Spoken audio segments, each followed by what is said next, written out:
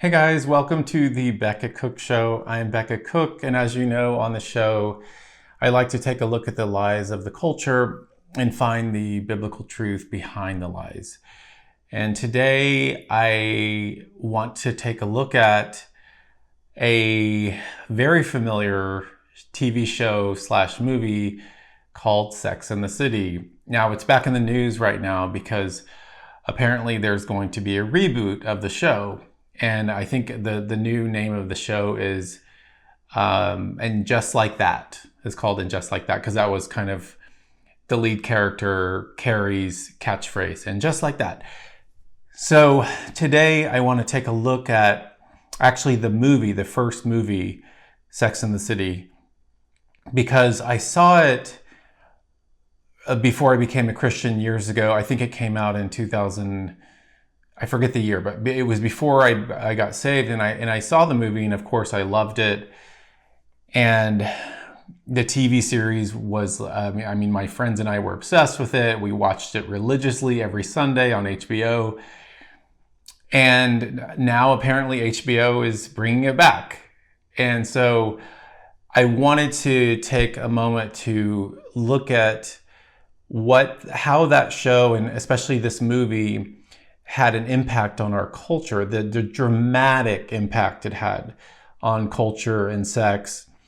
And you're going to be kind of shocked by some of the dialogue from the movie. So I actually was recently on a plane, and the Sex and the City movie, the first one, was one of the movies that was available to watch on American Airlines. And normally I don't watch those movies, but after, reading a book for 4 hours, you kind of just want to, watch something that's sort of you can zone out on. And I actually wanted to see how I felt about the movie, or what the lies were from the movie. Now that I'm a Christian, I wanted to see what it was saying and what the themes were. And I was pretty shocked because of some of the dialogue that was so anti-family and so anti-marriage. And we're going to get to that later, but it was kind of stunning. So when I was watching this movie on the plane and rewatching it after not seeing it for, 12 years, I was really stunned. And I think you're going to be stunned at how aggressively anti-family and anti-marriage this movie is. And of course, there's a million movies and a million TV shows now that are the same, but I want to focus specifically on this one today because it is so it's so acute. Like the attack is so acute. So obviously the movie was created by Darren Star, and he created TV shows such as Melrose Place and Beverly Hills 90210.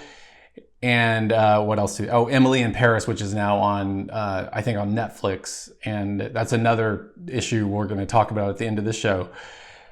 And so I want to look at the dialogue that really just is shocking. It attacks marriage and it attacks the family. And I kind of wrote it out. I typed it out in script form. So I'm going to read you line by line some of the dialogue, and we'll kind of get into what it's saying and what it means. So fade in. Carrie's this, as you know, Carrie was the star. Sarah Jessica Parker, she was the star of the show in the movies. And she had 3 girlfriends, her best girlfriends. And obviously the show was all about sex in the city, sex in New York City. And in the TV series, they would just meet, it was all about them kind of meeting up with guys, having sex, and kind of discovering who they were through this whole process, which is not a great way to discover who you are. So fade in. Carrie informs Samantha, her friend Samantha, that she and Big is Carrie's fiance. And Big and Carrie, in the movie, Big and Carrie were supposed to get married. They were supposed to have this grand wedding, and Big leaves her at the altar. He doesn't show up to the wedding, and it's devastating to Carrie. And so Carrie is so devastated, but her best girlfriends decide, well, let's go on your honeymoon anyway, just as friends. Let's all go on your honeymoon and take advantage of, the resort that's already been paid for, this Mexican resort, probably like Cabo San Lucas or somewhere. And so Carrie informs Samantha that she and Big have decided to get married after dating for 10 years. When Carrie realizes that Samantha is not happy for her, Samantha responds, "You know me, I don't really believe in marriage." So there's attack number one. Later at the rehearsal dinner for the wedding, Big and Carrie's wedding, Big asks Miranda is Carrie's one of her other best friends. Big asks Miranda if she's okay after her confrontation outside with her husband Steve over his recent infidelity. So Miranda's husband Steve just cheated on her, and he shows up at this rehearsal dinner, and there's this confrontation between Miranda and Steve. And after the confrontation, Big sees Miranda and asks her if she's okay. And Miranda responds, "You two are crazy to get married. Marriage ruins everything." Okay, so strike two. Later, the girls decide to go on Carrie's honeymoon, even though Carrie was stood up at the altar by Big. After all, the honeymoon has already been paid for. Why not take advantage of it? So they're at this dinner at this kind of 5-star Mexican resort. They're having, Mexican food, and the girls get into marital politics and men bashing. Carrie, after everything I know, after 20 years of everything we've learned, meaning feminist theory, basically, after everything she's learned, after being indoctrinated by feminism and indoctrinated by sexual liberation, which is actually sexual bondage. So Carrie says, after everything I know, after 20 years of everything we've learned, I can't believe I threw it all away for the thrill of putting his name on a honeymoon suite. If I met me now, I wouldn't know me. So again, it's kind of pitting men and women against each other. It's this kind of feminist idea of like, why would I want a man's name on my honeymoon suite? Like, that's disgusting. It's so retrograde. And then Samantha chimes in, bemoaning her relationship with her boyfriend, Smith. Samantha, I can't believe my life revolves around a man. On what planet did I allow that to happen? Charlotte's the more kind of traditional and optimistic of the crowd, and she protests Samantha. Charlotte says, "But you love him." Samantha, "Does that mean saying his name 50 times more a day than I say my own? Does it mean worrying about him and his needs before me and mine? Is it all about the other person? Is that love?" Miranda, "No, that's marriage." So again, this, which I talked about in an earlier episode, this kind of radical individualism. Samantha is shocked that she has to put someone else's needs before her own. And of course, we'll get into the biblical ethic of that, the biblical understanding of being self-sacrificial in your love for your spouse. Samantha thinks it's bizarre and disgusting that she would put a man's needs before her own. So let's continue. Samantha is upset that her boyfriend bought her a $50,000 ring because she wanted to buy it for herself. Again, this kind of radical individualism. She wanted to buy this special ring for herself. She doesn't want some man buying her a ring. Again, this kind of like indoctrination of feminism. And Charlotte, again, the optimistic, romantic one, Charlotte says, "He bought you the ring because he knew how much you loved it." Samantha, "Yes, but now every time I look down at it, I see him, not me." Again, just the utter kind of selfishness, the obsession, the kind of narcissism. She doesn't want to look down at this beautiful ring that he bought her and think of him. So this is, again, it's just bashing men. It's bashing the idea of marriage. It's bashing the idea of a biblical kind of relationship. And so later, Carrie helps Miranda shop for a Halloween costume. So in the movie, it's around Halloween. Miranda has a young son named Brady, and his I think he's like 7 years old or something. He's in elementary school, like first grade. And they're at a Halloween costume shop, and Carrie says, "I can't believe you're even dressing up." Miranda, "All the parents in Brady's school dress up. It's fun. Fun thought up by a group of non-working mothers with nothing else to do all day." Wow. When I heard that again, I didn't remember that from the first time I saw the movie, but when I heard that again, I was like, that is so crazy. The demeaning of stay-at-home moms, which we've talked about before.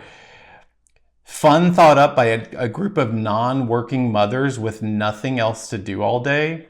Again, this is the denigration of motherhood, the denigration of the family, the denigration of roles in the family that bring flourishing and well-being to a family and to society. And so that was kind of a shocking line from Miranda. So later on in the movie, Samantha, she prefers an elaborate Valentine's dinner for her boyfriend, Smith. He gets home too late because of work. Smith is an actor, and they live in Malibu at this point, and he gets home late after working all day as an actor, and Samantha is irate. Samantha, "I am not the type of woman who sits home all day waiting for a man." Again, just feminism, man bashing at its best. Finally, at the end of the movie, Big and Carrie end up back together. So, of course, there's a happy ending at the end of this movie. As they cuddle on the floor of the walk-in closet that Big had bought for her in their new penthouse, they wonder what went wrong. So they run into each other at this penthouse that they were going to live in after they got married. But because they didn't get married, the penthouse was for sale, and it was like the last day that it was available for them to go pick up their things. So they actually kind of accidentally run into each other in this penthouse, and they're laying on the floor of this beautiful giant walk-in closet that Big had built for Carrie. And they're wondering, what went wrong with all this? Like, where did we go wrong? Why didn't, we get married? What happened? Why did this turn out so bad? And Carrie says, "Why did we even decide to get married?" Big, "I guess we were afraid it would mean something if we didn't." So again, the movie just throws marriage right under the bus. And I think Cicero said, marriage is the foundation of all society, which is true, marriage and the family. And this is kind of standard fare in Hollywood, as you know. Obviously TV shows and movies now are probably way worse, but just think about, this movie did, I think, $420 million at the box office. Think about all the young women and the young girls who've watched this movie, Christians and non-Christians, and even some men, who've watched this movie and what effect it's had on them. I mean, these kinds of things have a huge effect on people. As I've said before in episodes, storytelling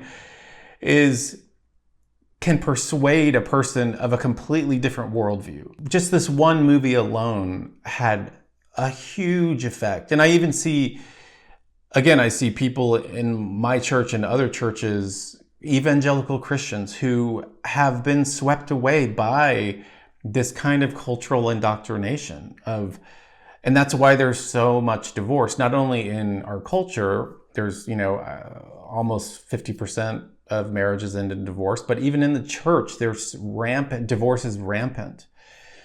And why is that? I mean, is it just because that wasn't how it used to be? So obviously the culture is so powerful and has influenced people's minds and understanding of reality that leads to all kinds of destruction and divorce and breakup of the family, which leads to all kinds of problems, which we've talked about before. And I don't know if I mentioned this in my book, but I don't know if I've ever talked about this on this show, but this is obviously the antidote to the lies of the culture, the Bible, the Word of God. And I remember when I was in seminary from 2014 to 2017. And I remember, and my commute to seminary is about an hour. It's in Los Angeles, but out kind of in a suburb of Los Angeles. And so I remember one day driving to seminary, and I just put on audio Bible in my car, and I basically listened to the entire New Testament, all the letters of the New Testament. So not the Gospels, but just all the letters, all the epistles. So on the drive there and on the drive back, I think I got through all of the letters, and by the time I was so filled with the Word of God, it had washed over me so much that during that time, that day, I remember driving back up to LA, and I was driving up Fairfax Avenue, which is right here, and I just looked up and I saw a billboard for, I think it was like some random Melissa McCarthy movie. It wasn't even just particularly terrible, but I just remember seeing that billboard and being like, ugh, like, well, I don't even want to look at that. I don't even want that pollution in my mind. Like my mind had been so renewed by the Word of God all day that I didn't want anything to do with that kind of darkness, basically. And I, Darren Star, I actually knew Darren Star back in the day in the 90s, and I actually pitched him. I actually loved Sex and the City so much that I wrote a screenplay, a spec script for the show. But I also wrote a screenplay, and I actually pitched it to Darren Star years ago. And he ended up not buying the pitch, but why does Darren Star and people in Hollywood, again, why do they create content like this? Why would he want to create content that denigrates the family, that bashes marriage?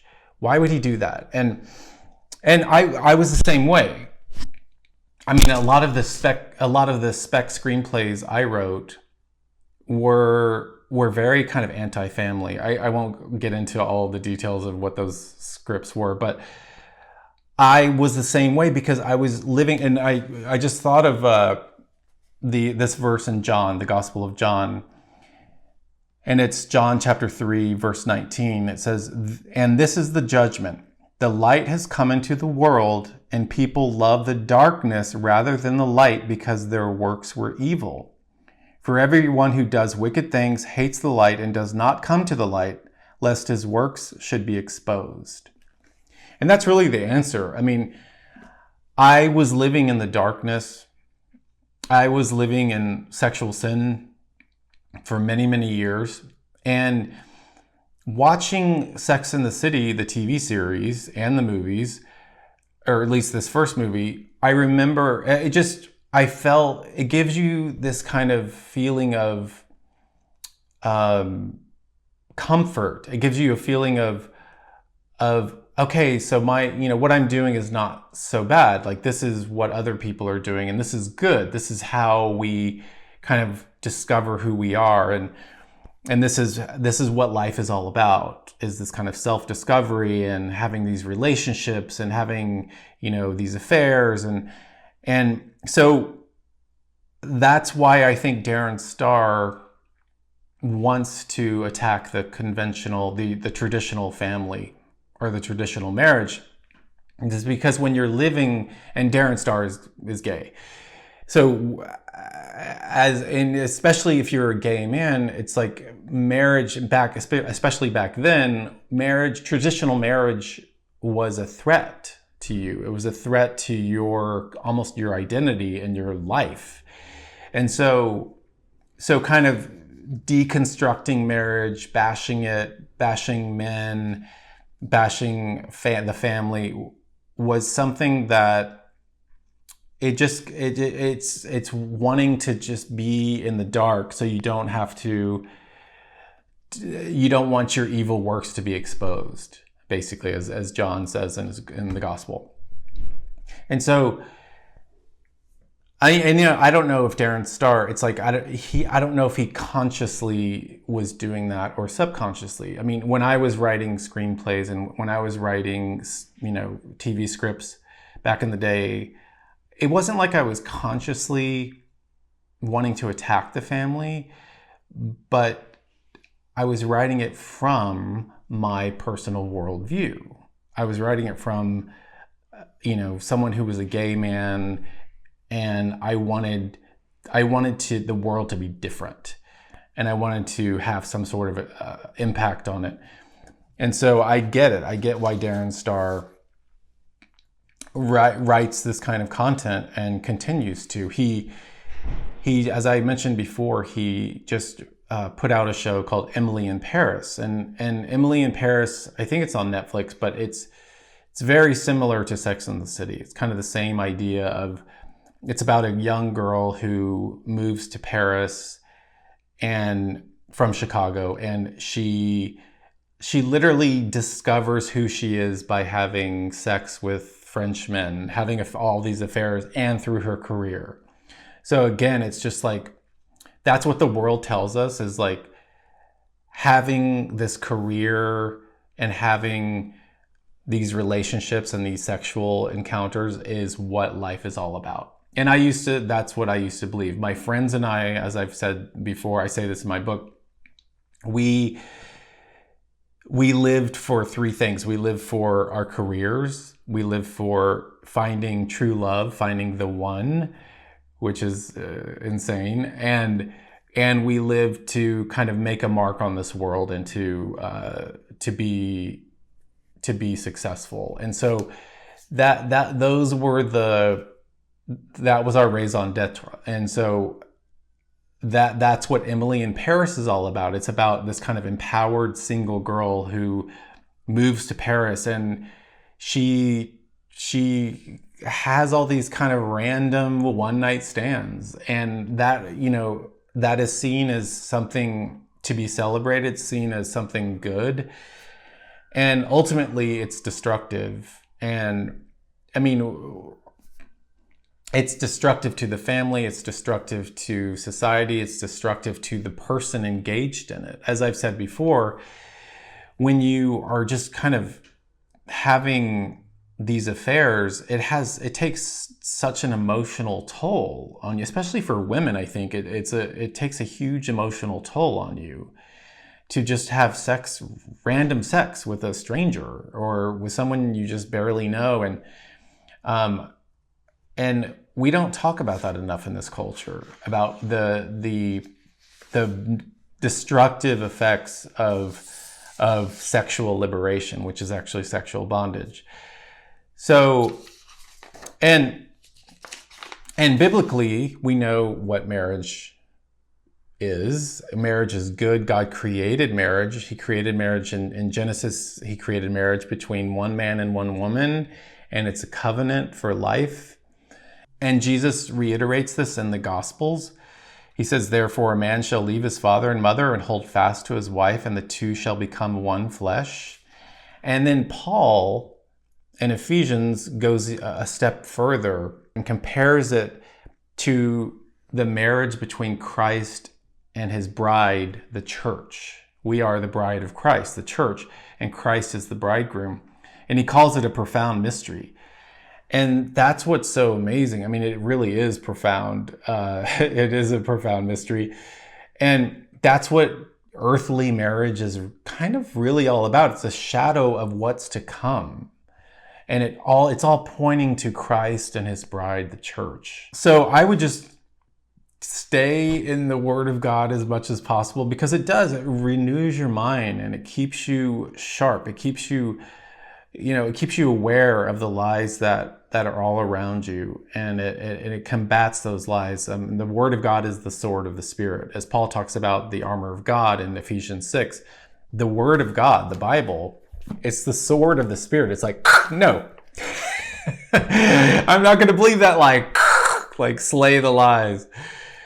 And so I just want to urge you, fellow Christians and believers, to be watchful when we consume TV or movies, and the culture, it has a huge effect on us, and we see it all around us, and we have to keep combating these lies with the Word of God. And so, guys, I thank you so much for watching today, and I hope this blessed you, and I'll see you next time on the Becket Cook Show. Don't forget to like, share, and subscribe, and see you next time.